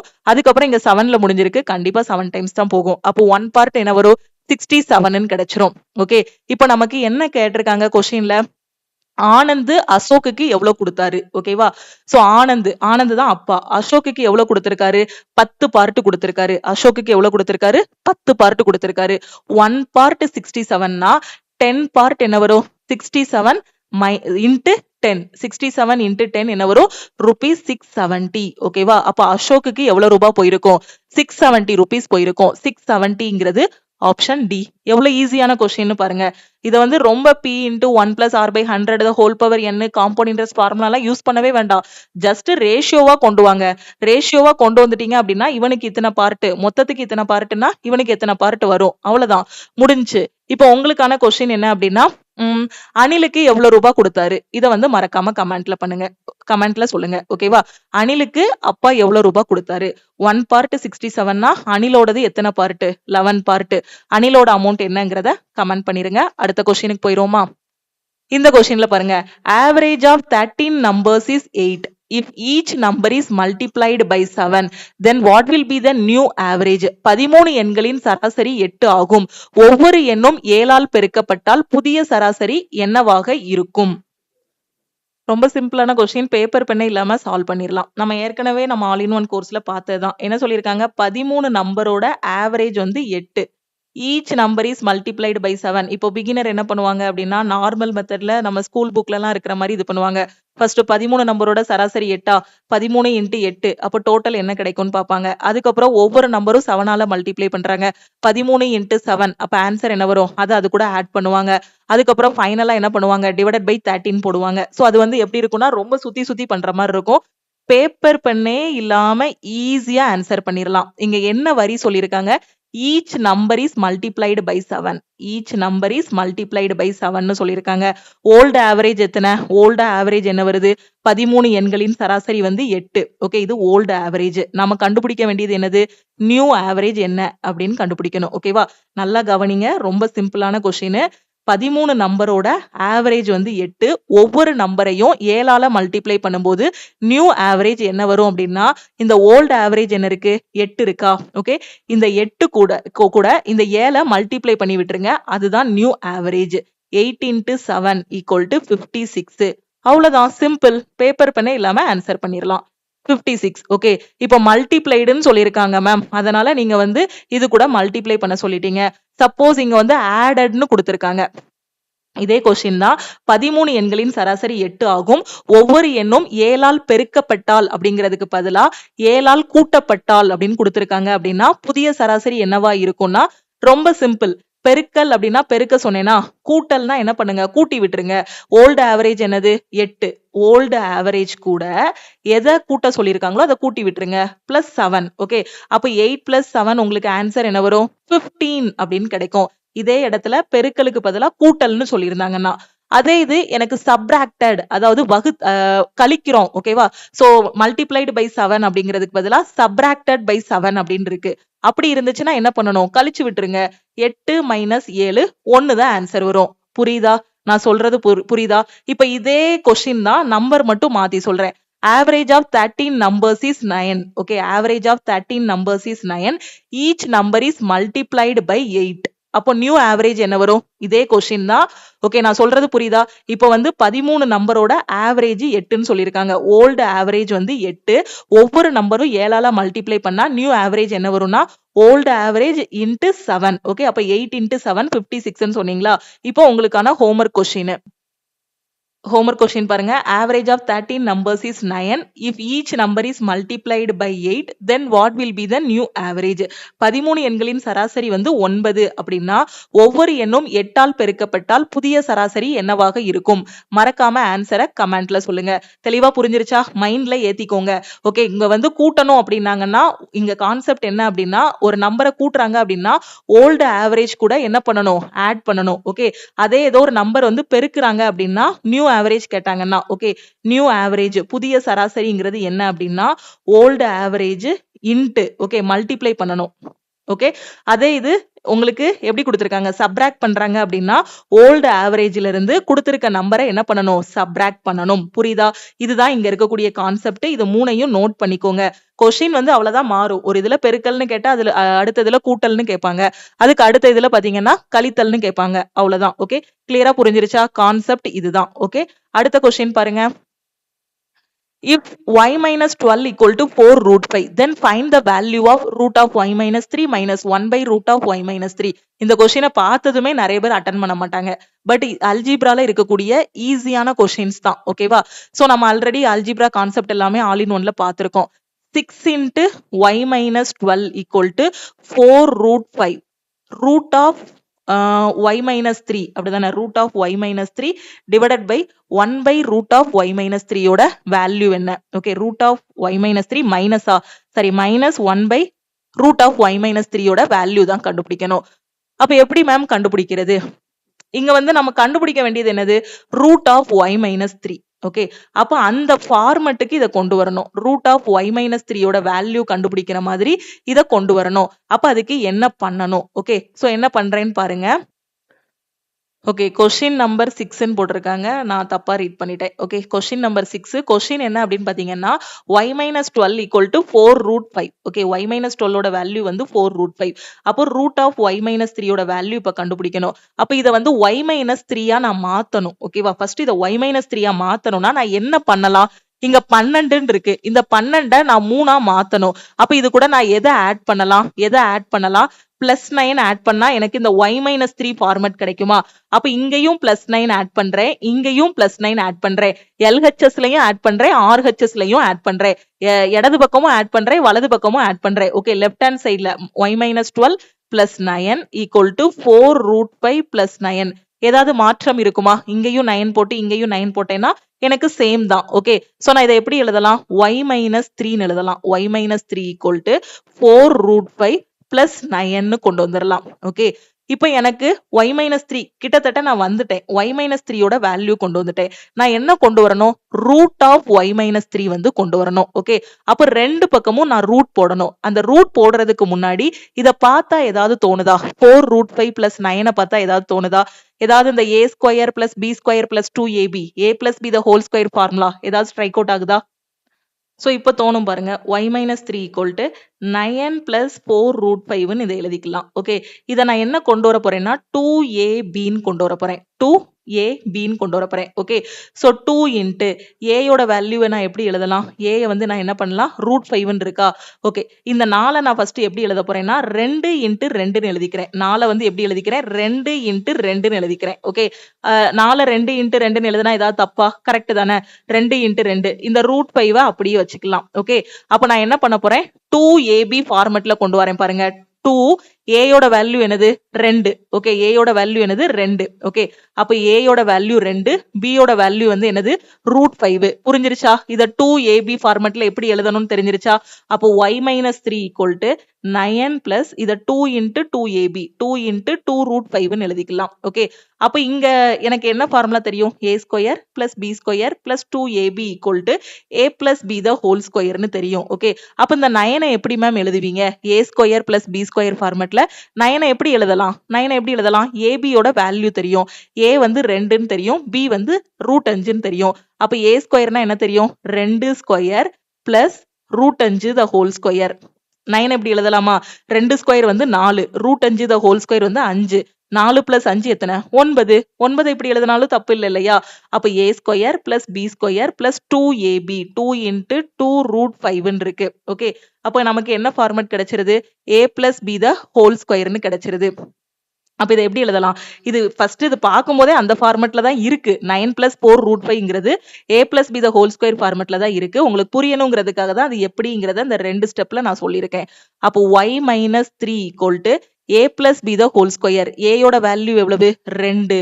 2 plus √5 the whole square ன்னு எழுதலாமா? Okay, so 2 plus √5 the whole square ன்னு எழுதலாம். இல்லனா √5 plus 2 the whole square ன்னு எழுதிக்கலாம். நம்ம வசதிக்கு ஏத்த மாதிரி எழுதிக்கலாம். ஓகே, √5 plus 2 ன்னு எழுதிக்கிடுவோம். Okay, y - 3 = √5 plus 2 the whole square ன்னு போட்டுக்கிடுவோமே. ஓகே, a ய வந்து 2ன்னு எடுத்துக்கலாம், √5ன்னு எடுத்துக்கலாம். இந்த 2 வேல்யூ தானே வருது. ஓகே, இப்போ y - 3 வந்து √5 plus 2 the whole square. அப்ப ரெண்டு பக்கமும் ரூட் எடுங்க. root of y - 3 = root of √5 plus 2 the whole square ன்னு இருக்கும். அந்த ஸ்கொயரும் ரூட்டும் கேன்சல் ஆகிரும். ரெண்டு பக்கமும் ரூட் எடுத்தோம்னா. அப்ப root of y - 3 = √5 plus 2 ன்னு கிடைக்கும். ஓகே, கொண்டு வந்துட்டேனா? root of y - 3 யோட வேல்யூ கொண்டு வந்துட்டேனா? Okay, √5 plus 2. அப்போ 1/root of y - 3 யோட வேல்யூ என்ன இருக்கும்? root of y - 3 யோட வேல்யூ √5 plus 2 னா 1/root of y - 3 யோட வேல்யூ என்ன இருக்கும் அப்படின்னா, ரொம்ப யோசிக்கவே வேண்டாம். இதோட வேல்யூ இங்க பிளஸ்ல இருக்கா, அது தலைகீழ போகும்போது எப்படி வரும்னா √5 - 2 வரும். அவ்வளவுதான், very simple. Okay, root of y - 3 யோட வேல்யூ √5 plus 2 னா 1/root of y - 3ங்கிறது √5 - 2 இருக்கும். இந்த வேல்யூ, இந்த அடையாளம் மட்டும் மாறும். அவ்வளவுதான். ஓகே, இப்போ என்ன கண்டுபிடிக்கணும்? ரெண்டுக்கும் டிஃபரன்ஸ் எடுக்கணும். root of y - 3க்கும் minus 1/root of y - 3க்கும் டிஃபரன்ஸ் எடுக்கணும். ஓகே, சோ டிஃபரன்ஸ் எடுங்க. நமக்கு என்ன கிடைக்கும்? சோ ரெண்டையும் கழிச்சீங்க அப்படின்னா என்ன கிடைக்கும்? So √5 plus 2 minus √5 minus 2. Minus கொடுத்து உள்ள பெருக்குனா -√5 minus into minus plus 2. Okay, அப்போ நமக்கு +√5 -√5 கேன்சல் ஆகிரும். 2 plus 2 4. அப்போ ஃபைனல் ஆன்சர் என்ன வரும்? 4ன்னு கிடைக்கும். 4ங்கிறது ஆப்ஷன் பி. தெளிவா புரிஞ்சிருச்சா? சோ தெளிவா புரிஞ்சிருக்கும்னு நினைக்கிறேன். ரொம்ப சிம்பிளான கொஸ்டின் தான். இங்க நல்லா கவனிங்க. இந்த இடத்த பார்த்ததுமே உங்களுக்கு தோணணும் a plus b the whole square format. Suppose இங்க மைனஸ் இருந்துச்சுன்னா என்ன தோணணும்? a minus b the whole square வந்து ஸ்ட்ரைக் அவுட் ஆகணும். ஓகேவா? எதுக்காக அந்த ஹோல் ஸ்கொயர் தோணணும் அப்படின்னா, தேவையானது root of y - 3. அப்ப இங்க ஹோல் ஸ்கொயர் வந்தாதான் ரெண்டு பக்கமும் ரூட் எடுக்கும் போது இங்க எனக்கு ரூட்டோட வேல்யூ கிடைக்கும். ஓகே, எனக்கு தேவையானது root of y - 3. அல்ஜிப்ரா இப்படிதான். ஓகேவா? ஒரு மேஜிக் மாதிரி தான் இருக்கும். இங்க உள்ளது தகுந்த மாதிரி இதை வந்து நாம என்ன பண்ணணும்? சிம்பிளிஃபை பண்ணி கொண்டு வந்துட்டோம் அப்படின்னா குயிக்கா ஆன்சர் பண்ணிரலாம். ஓகே, அடுத்த கொஸ்டின் பாருங்க. இந்த கொஸ்டின்ல என்ன சொல்லிருக்காங்க? ரொம்ப சிம்பிளான கொஸ்டின் தான். Krish scored 572 marks in an examination and was 30 marks short of 28% of maximum marks. In the same examination, his friend scored 473 marks. What is the percentage of marks scored by his friend? Kristen ஒரு பையன் இருக்கான். அவன் ஒரு தேர்வுல பாத்தீங்க அப்படின்னா 572 mark வந்து வாங்கியிருக்கான். இது அதிகபட்ச மதிப்பெண்களின் 28% விட 30 மதிப்பெண்கள் குறைவாகும். என்ன சொல்றாங்கங்கிறது புரியுதா? சோ கிறிஷ் எடுத்த அந்த 572 மார்க் இருக்கு இல்லையா, மேக்சிமம் மார்க்கை விட 28 மேக்சிமம் மார்க்ல 28% எடுத்து அதுல ஒரு 30 கழிச்சிங்கன்னா அதுக்கு ஈக்குவலா இருக்கும்னு சொல்றாங்க. நான் சொல்றது புரியும்னு நினைக்கிறேன். அதிகபட்ச மதிப்பெண்களின் மேக்சிமம் மார்க் என்னது தெரியாது, m தான் மேக்சிமம் மார்க்னு வச்சுக்கோங்க. அதுல 28% அதிகபட்ச மதிப்பெண்களின் 28% விட, அப்ப 28% அதிகபட்ச மதிப்பெண் மேக்சிமமுக்கு m போட்டேன். இதுல 28% எடுக்கிறீங்க. சோ இதுல 28% எடுத்தீங்கன்னா அதிகபட்ச மதிப்பெண்களின் 28% விட 30 மதிப்பெண்கள் குறைவு. ஓகே, -30 போட்டீங்கன்னா அது எதுக்கு ஈக்குவலா இருக்குமா? இந்த 572க்கு ஈக்குவலா இருக்குமா? ஓகே, கிறிஸ்ன்னு ஒரு பையன் இருக்கான். ஓகே, அவன் 572 மார்க் வாங்கியிருக்கான். அந்த 572 எதுக்கு ஈக்குவலா இருக்குன்னா, அந்த எக்ஸாமோட மேக்ஸிமம் மார்க் இருக்கு இல்லையா, அந்த மேக்ஸிமம் மார்க்ல 28% எடுத்து ஒரு 30 கழிச்சிங்க அப்படின்னா அதுதான் கிறிஷோட மார்க். ஓகே, அதே தேர்வுல அவன் ஃப்ரெண்டு வந்து எவ்வளவு வாங்கியிருக்கான் அப்படின்னு பாத்தீங்கன்னா 473 மார்க் வந்து வாங்கியிருக்கான். ஓகே, அப்ப அவன் நண்பன் பெற்ற மதிப்பெண்ணின் சதவீதம் என்ன? ஃப்ரெண்ட் எடுத்த மார்க்கோட பெர்சன்டேஜ் என்னன்னு கேட்டிருக்காங்க. அப்போ ஃபர்ஸ்ட் நமக்கு ஒரு ஈக்குவேஷன் கிடைச்சிருது. 28/100 into maximum mark -30 equal to கிறிஷோட மார்க் 572. இது ஃப்ரேம் பண்ண தெரிஞ்சிருச்சா? இதை ஃப்ரேம் பண்ணிட்டீங்கனாலே அந்த கொஸ்டின் ரொம்ப ஈஸியான கொஸ்டின் தான். ஓகே, இப்போ நாம அந்த 30 அந்த பக்கம் கொண்டு வந்துருவோம். -30 அந்த பக்கம் கொண்டு வந்துட்டீங்கன்னா +30 ஆகிரும். 28/100 into maximum mark equal to 572 + 30 உங்களுக்கு என்ன வரும்? 602ன்னு கிடைக்கும். ஓகே, 602. இப்ப கட் பண்ண ஏதாவது வழி இருக்கா கட் பண்றதுக்கு? 7 4 28, 25 4 100. சோ திருப்பி 7 வாய்ப்பாடுல கட் பண்ணோம்னா ஒரு 7 7, 8 7 56, 6 7 42, 86. அப்போ மேக்ஸிமம் மார்க் வந்து எவ்வளவு? இந்த 25 அங்க கொண்டு போயிருங்க. 86 × 25. இதுதான் அந்த எக்ஸாமோட மேக்ஸிமம் மார்க். நம்ம எழுதுவோம் இல்லையா, 100க்கு இவ்வளவு மார்க், தமிழ்ல 100 தான் மேக்ஸிமம் மார்க், இங்கிலீஷ்ல 100 மேக்ஸிமம் மார்க், 200 மேக்ஸிமம் மார்க்னு வச்சிருப்போம் இல்லையா, அது மாதிரி அந்த எக்ஸாம்ல மேக்ஸிமம் மார்க் வந்து 86 × 25. இதை வந்து மல்டிப்ளை பண்ணி டைம் வேஸ்ட் பண்ண வேண்டாம். இதுதான் மேக்ஸிமம் மார்க். இந்த மேக்ஸிமம் மார்க்குக்கு அவன் ஃப்ரெண்ட் எவ்வளவு வாங்கியிருக்கான்? 473 வாங்கியிருக்கான். இப்ப நம்ம கண்டுபிடிப்போம் இல்லையா, 100க்கு 30 மார்க் வாங்கியிருக்கான்னா அவனோட பெர்சன்டேஜ் எவ்வளவு? 100க்கு 30 இன்ட்டு 100ன்னு போட்டு கட் பண்ணி 30%ன்னு சொல்லுவோம். அதே மாதிரி 86 × 25 இதுக்கு அவன் ஃப்ரெண்ட் எவ்வளவு வாங்கியிருக்கான்னா 473 மார்க் வாங்கியிருக்கான். ஓகே, 473 மார்க் வாங்கியிருக்கான். அப்ப அது எவ்வளவு பெர்சன்டேஜ்ன்னு கண்டுபிடிக்கணும். அப்ப இன்ட்டு 100ன்னு போட்டுடலாமா? சோ இதுக்கு இவ்வளவு மார்க் வாங்கியிருக்கான். 100க்கு நம்ம 30ன்னு போட்டு கண்டுபிடிப்போம்ல, அது மாதிரி 86 × 25க்கு 473 வாங்கியிருந்தோம்னா அந்த பெர்சன்டேஜ் என்னன்னு கண்டுபிடிக்க போறோம். ரொம்ப சிம்பிளா இது பண்ணிடலாம். சோ கட் பண்ணலாமா? ஒரு 25 25, 4 25 100. சோ ரெண்டா வாய்ப்பாடு 2 தடவை போகும். 4 2 8, 3 2 6. சோ திருப்பி இதை கட் பண்ணீங்கன்னா ஒரு 43 43, ஒரு 43 43, 11 டைம்ஸ் போகும். அப்ப 11 × 2 எவ்வளவு? 22%. ஓகே, அப்ப அவன் ஃப்ரெண்டு வாங்கின மார்க்கோட சதவீதம் எவ்வளவு அப்படின்னா 22%. 22%ங்கிறது ஆப்ஷன் ஏ. ஓகே, தெளிவா புரிஞ்சிருச்சா? அடுத்த கொஸ்டின், பைப்ஸ் அண்ட் சிஸ்டம்ல இருந்து கொஸ்டின் கேட்டிருக்காங்க. டைம் அண்ட் ஒர்க்கு நல்லா படிச்சீங்க அப்படின்னா பைப்ஸ் அண்ட் சிஸ்டம் தனியா படிக்க வேண்டாம். சேம் கான்செப்ட் தான். அங்க ஆட்கள் வேலை பார்ப்பாங்க, இங்க பைப்பு வேலை பார்க்கும். 2 taps can fill a cistern in 4 hours 38 hours respectively. 2 பைப்பை திறந்து விட்டுருக்கோம். ஒரு பைப்பு 4 மணி நேரத்துல தொட்டிய நிரப்போம், இன்னொரு பைப்பு 38 மணி நேரத்துல தொட்டிய நிரப்போம். இப்ப இன்னொரு பைப்பு வருது. a third pipe can empty it in 38 hours. மூணாவதா ஒரு பைப்பு வந்து திறந்து விடுறோம். சீன் கூட அதுக்கு பேர் வச்சுக்கலாம். இதுக்கு ஏன்னு வச்சுக்கோங்க, இதுக்கு பின்னு வச்சுக்கோங்க. சி பைப் என்ன பண்ணும் அப்படின்னா 38 மணி நேரத்துல தொட்டிய காலி பண்ணுது. Okay, how long will it take to fill 1/4 of the empty cistern? அப்போ 1/4 of the அந்த காலி அந்த தொட்டி இருக்கு இல்லையா, இப்போ ஃபுல்லா நிரம்பி இருக்கு. ஓகேவா, அதுல காவாசி மட்டும் என்ன பண்ணணும்? how long will it take to fill 1/4 of the empty cistern if all of them are open together? Okay, தொட்டி வந்து எப்படி இருக்கு அப்படின்னு பாத்தீங்கன்னா 1/4 மட்டும், ஓகே 1/4 மட்டும் ஃபில் பண்றதுக்கு, ஃபுல்லா நிரப்புறதுக்கு கிடையாது, காவாசி தொட்டியை மட்டும் நிரப்புறதுக்கு எவ்வளவு டைம் எடுக்கும்? இதுதான் கொஸ்டின்ல கேட்டிருக்காங்க. 3 பேருமே சேர்ந்து வேலை பார்க்கறாங்க. ஓகே, 2 குழாய் இருக்கு. ஃபர்ஸ்ட் ஏ குழாய் வந்து 4 மணி நேரத்துல தொட்டியை நிரப்போம். பி குழாய் பாத்தீங்கன்னா 38 மணி நேரத்துல தொட்டியை நிரப்போம். மூணாவதா ஒரு குழாய் இருக்கு, அது பேரு சீன் வச்சுக்கலாம். அது 38 மணி நேரத்துல தொட்டியை காலி பண்ணும். காலி பண்றதுனால பக்கத்துல மைனஸ் சிம்பல் போட்டுக்கிறேன். ஓகேவா, அவை அனைத்தும் ஒன்றாக திறக்கப்பட்டால், ஓகே, காலி தொட்டியின் கால் பகுதியை, இப்ப தொட்டி வந்து எம்டியா தான் இருக்கு. ஓகே, இப்போ பைப்பு ஏ இங்க இருக்கு, பைப்பு பி இங்க இருக்கு, பைப்பு சி வந்து இங்க இருக்கு, காலி பண்ணுதுங்கிறதுனால இங்க இருக்கு. இப்ப 3 பைப்பையுமே நான் திறக்கிறேன் அப்படின்னா காவாசி மட்டும் எனக்கு தொட்டி நிரம்புறதுக்கு எவ்வளவு நேரம் ஆகும்? இதான் கொஸ்டின்ல கேட்டிருக்காங்க. ஓகே, சோ இப்ப இதுக்கு 3க்கும் எல்சிஎம் எடுக்கலாம். எல்சிஎம் மெத்தட்ல தான் நம்ம கண்டுபிடிக்கணும். 3க்கும் எல்சிஎம் எடுத்தோம்னா என்ன வரும்? 76 வரும். அப்படிதானே? ஏன்னா இந்த 3க்கும் காமனான நம்பர் எதுன்னு பார்க்கணும். 38 எடுத்தீங்கன்னா 38 4ஆல டிவைட் ஆகாது. 38 டபுள் பண்ணுங்க. டபுள் பண்ணா 76. ஓகே, அப்ப 76 தான் எனக்கு என்னது டோட்டல் ஒர்க். ஓகே, அப்படி தெரியலன்னா டானா வகுத்தல்ல போடுங்க. ஓகே, இந்த எல்சிஎம்கான ஷார்ட்கட் எல்லாம் நம்ம ஏற்கனவே உங்களுக்கு நிறைய டைம் நான் சொல்லி கொடுத்துருக்கேன். அப்ப டோட்டல் ஒர்க் வந்து 76. இப்ப ஏ இருக்கு. ஏயோடது எவ்வளவு அப்படின்னு பாத்தீங்கன்னா ஏயோட திறன் வந்து நாம கண்டுபிடிக்க போறோம். ஓகே, அப்ப இந்த 4 76 மாத்தணும்னா எதால மல்டிப்ளை பண்ணணும் தெரியல அப்படின்னா 76 டிவைடட் பை 4ன்னு போடுங்க. கட் பண்ணா என்ன கிடைக்கும்? 19 கிடைக்குமா? அப்ப அந்த 19 இங்க போடுங்க. 38 76 மாத்தனா 2ஆல மல்டிப்ளை பண்ணணும். அப்ப இங்கேயும் 2 வரும். என்ன 2? -2. ஏன்னா இது என்ன பண்ணுது? தொட்டிய காலி பண்ணுது. ஓகே, அப்போ முழு தொட்டியும் நிரம்பணும் அப்படின்னா எனக்கு எவ்வளவு தண்ணி இருக்கணும்? மொத்த வேலையும் முடியணும் அப்படின்னா முழு தொட்டியும் நிரம்பணும்னா எனக்கு 76 பங்கு தண்ணி ஊத்தணும். இல்ல 76 லிட்டர் ஊத்தணும்னு வச்சுக்கோங்க. ஓகே, இப்ப முழு தொட்டியும் எனக்கு நிரம்பணும் அப்படின்னா அந்த தொட்டியோட கெப்பாசிட்டி எவ்வளவு அப்படின்னா ஃபுல் தொட்டியும் அப்படின்னா 76 லிட்டர். எனக்கு 76 லிட்டர் தண்ணி நிரப்ப வேண்டாம். எனக்கு எவ்வளவு நிரப்புனா போதும்?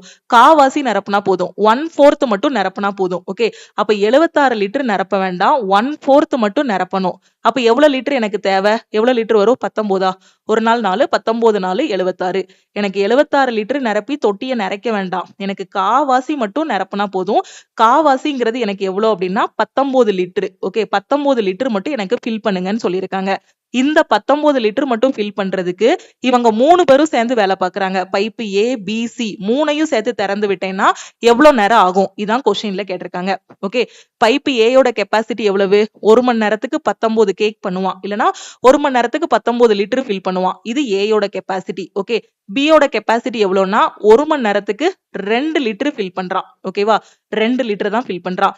சியோட கெப்பாசிட்டி எவ்வளவுனா 1 மணி நேரத்துக்கு 2 லிட்டர் தண்ணிய வெளியேத்துவான். ஓகே, ஏன்னா அவன் வந்து என்னது வெளியேற்றக்கூடிய பைப்பு, உள்ள வந்து இது பண்ணக்கூடிய பைப் இல்ல. அப்போ -2ன்னு போட்டுறலாம். அப்போ 1 மணி நேரத்துக்கு இவங்க 3 பேரும் சேர்ந்து வேலை பார்த்தாங்கன்னா எவ்வளவு வேலை முடியும்? இவன் 19 லிட்டர் ஃபில் பண்ணுவான். பி 2 லிட்டர், சி வந்து 2 லிட்டரை வெளியேற்றுவான். அப்போ 1 மணி நேரத்துக்கு எவ்வளவு வேலை முடியும்? 19 2 இந்த 2 +2 -2 கேன்சல் பண்ணிட்டீங்கன்னா 19 லிட்டர்ஸ். ஓகே, அப்போ 3 பேரும் சேர்ந்து வேலை பார்த்தாங்க அப்படின்னா 1 மணி நேரத்துக்கு எவ்வளவு ஃபில் பண்ணுவாங்க? 19 லிட்டர்ஸ் வந்து ஃபில் பண்ணுவாங்க. ஓகே, இப்ப எனக்கு டார்கெட் எவ்வளவு? காவாசி தொட்டி நிரப்பினா போதும். காவாசி தொட்டிங்கிறது எவ்வளவு? 19 லிட்டர்ஸ். ஓகே, அப்போ 1 மணி நேரத்துக்கு 19 லிட்டர்ஸ்ன்னு தெரிஞ்சு போச்சு. அப்போ 3 பேரும் சேர்ந்து வேலை பார்த்தாங்க அப்படின்னா காவாசி தொட்டி நிரம்ப, அதாவது அந்த 19 லிட்டர் நிரம்ப எவ்வளவு நேரம் போதும்? 1 மணி நேரமே போதும். 1 மணி நேரம்ங்கிறது ஆப்ஷன் ஏ. தெளிவா புரிஞ்சிருச்சா? அடுத்த கொஸ்டின் என்ன சொல்லியிருக்காங்க? Median of the data is 61.54 less than its mode. Then the median of the data exceeds its mean by. Use the empirical formula to find the answer. Okay. ஒரு தரவின் இடைநிலை அளவு median அதன் முகடை விட 61.54 குறைவாக இருந்தால், இப்ப என்ன சொல்லியிருக்காங்க? Median of the data. Okay, so median வந்து மோட விட 61.54 வந்து கம்மியா இருக்கான். அப்ப என்ன சொல்லலாம்? மோடுக்கும் முகடுக்கும் மீடியன் இடைநிலை அளவுக்கும் உள்ள வித்தியாசம் வந்து நாம என்ன சொல்லலாம்? 61.54ன்னு சொல்லலாம். Mode minus median equal to 61.54ன்னு சொல்லலாம். இப்ப கொஸ்டின்ல என்ன கேட்டிருக்காங்க? Then the median of the data exceeds its mean by. Okay, median வந்து மீனை விட எவ்வளவு அதிகமா இருக்கு அப்படின்னு கேட்டிருக்காங்க. ஓகே, என்ன சொல்லியிருக்காங்க? மீடியன் எவ்வளோ மீனை விட அதிகமா இருக்கு. சோ மீடியன் மைனஸ் மீன் என்னன்னு கேட்டிருக்காங்க. கொஸ்டின்ல என்ன கேட்டிருக்காங்கன்னு புரியுதா? மோடு மைனஸ் மீடியன் வந்து 61.54ன்னு சொல்லிட்டாங்க. மீடியன் மைனஸ் மீன் வந்து என்னன்னு கேட்டிருக்காங்க. எப்படி கண்டுபிடிக்கலாம்? சோ எப்படி கண்டுபிடிக்கலாம்? நமக்கு ஒரு ஃபார்முலா தெரியும். என்ன தெரியும்? Mode equal to 3 median. ஏற்கனவே நம்ம ஆல் இன் ஒன் கோர்ஸ்ல சொல்லி கொடுத்துருக்கேன் ஸ்டாட்டிஸ்டிக்ஸ்ல. 3 மீடியன் மைனஸ் 2 மீன். இந்த ஃபார்முலா தெரியுமா? ஞாபகம் இருக்கா? இந்த ஃபார்முலா பார்த்திருக்கோம் ஸ்டாட்டிஸ்டிக்ஸ்ல. Mode equal to 3 median minus 2 mean. இப்ப நம்ம கண்டுபிடிக்க வேண்டியது மீடியன் மைனஸ் மீன் தான் கண்டுபிடிக்கணும். ஓகே, ஓகே, இப்போ என்ன பண்ணலாம்? இங்க மோடு ஃபர்ஸ்ட் ஈக்குவேஷன் எழுதியிருக்கோமா? Mode minus median equal to 61.54. இதுல இருந்து மோடு ஈக்குவல் டு 61.54. இந்த மைனஸ் மீடியனை அந்த பக்கம் கொண்டு வந்தீங்கன்னா பிளஸ் மீடியனா மாறிடும். ஓகே, அப்போ மோடோட வேல்யூ வந்து 61.54 பிளஸ் மீடியன். அதை இங்க சப்ஸ்டியூட் பண்ணுங்க. 61.54 plus median equal to 3 median minus 2 mean. Okay, so புரியுதா? இப்போ நான் என்ன பண்ண போறேன் அப்படிங்கறத நல்லா தெளிவா கவனிங்க. இங்க மீடியன் இருக்கா? மீடியனை அந்த பக்கம் கொண்டு வர போறேன். அந்த பக்கம் கொண்டு போனா என்ன கிடைக்கும்? 61.54 ஈக்குவல் டு இங்க 3 மீடியன் இருக்கு. இங்க ஒரு மீடியன் இருக்கு. அப்ப அந்த பக்கம் கொண்டு போனா மைனஸ் ஒரு மீடியன் வரும். அப்ப 3 மீடியன் மைனஸ் ஒரு மீடியன் உங்களுக்கு என்ன வரும்? 2 மீடியன். ஓகே, 2 மீடியன் மைனஸ் ஏற்கனவே 2 மீன் இருக்கு. ஒரு ஸ்டெப் எழுதாம சொல்லி கொடுக்குறேன். மீடியன் அந்த பக்கம் போயிருச்சு. 3 மீடியன் மைனஸ் மீடியன் வந்து என்ன வரும்? 2 மீடியன். ஓகேவா? சோ இப்போ நமக்கு என்ன கண்டுபிடிக்கணும்? மீடியன் மைனஸ் மீன் தான் கொஸ்டின்ல கேட்டிருக்காங்க. ஓகே, அப்ப இங்க இருந்து 2 பொதுவாடுங்க. 61.54 equal to 2 into median minus mean. Okay, நம்ம கண்டுபிடிக்க வேண்டியது மீடியன் மைனஸ் மீன் தான். இந்த 2 இங்க கொண்டு போயிட்டீங்கன்னா median minus mean equal to 61.54 divided by 2 இருக்கும். கேன்சல் பண்ணா என்ன கிடைக்கும்? 32 60 7 2 14 7 2 14. சோ 30.77. ஓகே, 30.77ங்கிறது ஆப்ஷன் சி. ஓகே, கரெக்டா ஆல் இன் ஒன் கோர்ஸ்ல என்ன கொடுத்துருக்கோமோ சிலபஸ் அதை பெர்ஃபெக்டா ஃபாலோ பண்ணி நீங்க ரிப்பீட்டட் பிராக்டிஸ் கொடுத்தீங்கனாலே எக்ஸாம்லாம் சூப்பரா பண்ணலாம். சோ பிகினர் இருக்கீங்கன்னா கரெக்டா ஆல் இன் ஒன் கோர்ஸை யூட்டிலைஸ் பண்ணிக்கோங்க. ஓகே, அடுத்த கொஸ்டின் பாருங்க.